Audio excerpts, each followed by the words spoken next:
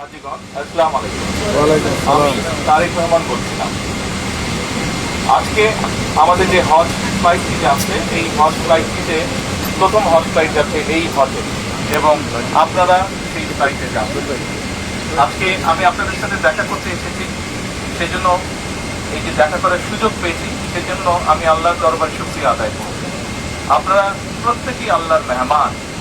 আমি দৃঢ়ভাবে বিশ্বাস করি আল্লাহর মেহমান যারা আপনারা আল্লাহর ঘরে যাওয়ার সুযোগ হয়েছে, আপনাদের তৌফিক হয়েছে, আপনারা যদি আল্লাহর দরবারে হাত তুলে কিছু চান, আল্লাহ ইনশাল্লাহ সেটি কবুল করবেন।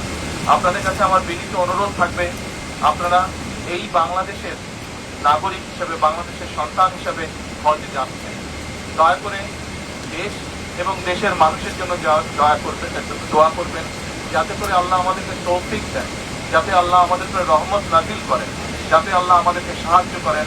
আমাদের সামনে যে সকল বিপদ আছে, আমরা দেশের সকল মানুষ একসাথে যাতে কাজ করে সেই বিপদ থেকে, সেই সমস্যা থেকে দেশকে বের করে আনতে পারি।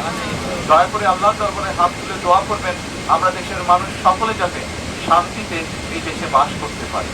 দয়া করে আল্লাহর কাছে দোয়া করবেন যে আমরা দেশের মানুষের জন্য এই সরকার যে কাজগুলো করতে চেষ্টা করছে, দেশের মানুষের বেকার সমস্যার সমাধান করার জন্য, দেশের মানুষের খাদ্য নিরাপত্তার জন্য, দেশের মানুষের শিক্ষার জন্য, দেশের মানুষের স্বাস্থ্যের জন্য, কর্মসংস্থান সহ আরো যে কাজগুলো আমরা করতে চাইছি, সেই কাজগুলো যাতে আমরা সম্পন্ন করতে পারি, তার জন্য যাতে আল্লাহ আমাদেরকে তৌফিক দেন, আর সেই রহমত যাতে আল্লাহ আমাদেরকে দেন।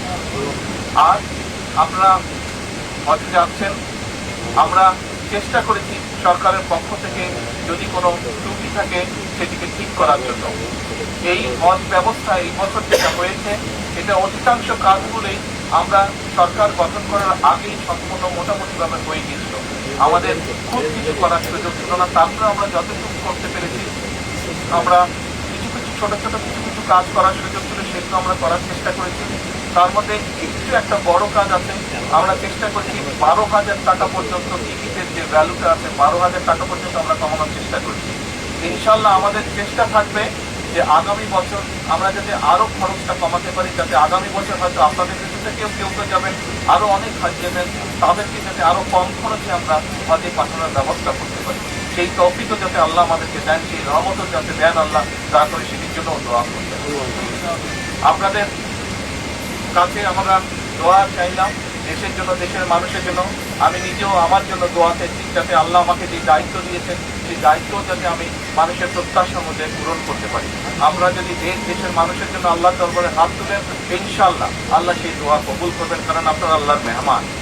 একই সাথে আমরা যারা দেশে রয়ে যাচ্ছি, আমরা দোয়া করছি আপনারা যারা যারা যাচ্ছেন, যতজন মানুষ যাচ্ছেন, প্রত্যেকে ইনশাআল্লাহ সুস্থ শরীরে পরিবারের কাছে যাতে ফিরে আসতে পারে, সুস্থভাবে এই দেশের আবার যাতে দেশের মাটিতে ফিরে আসতে পারে।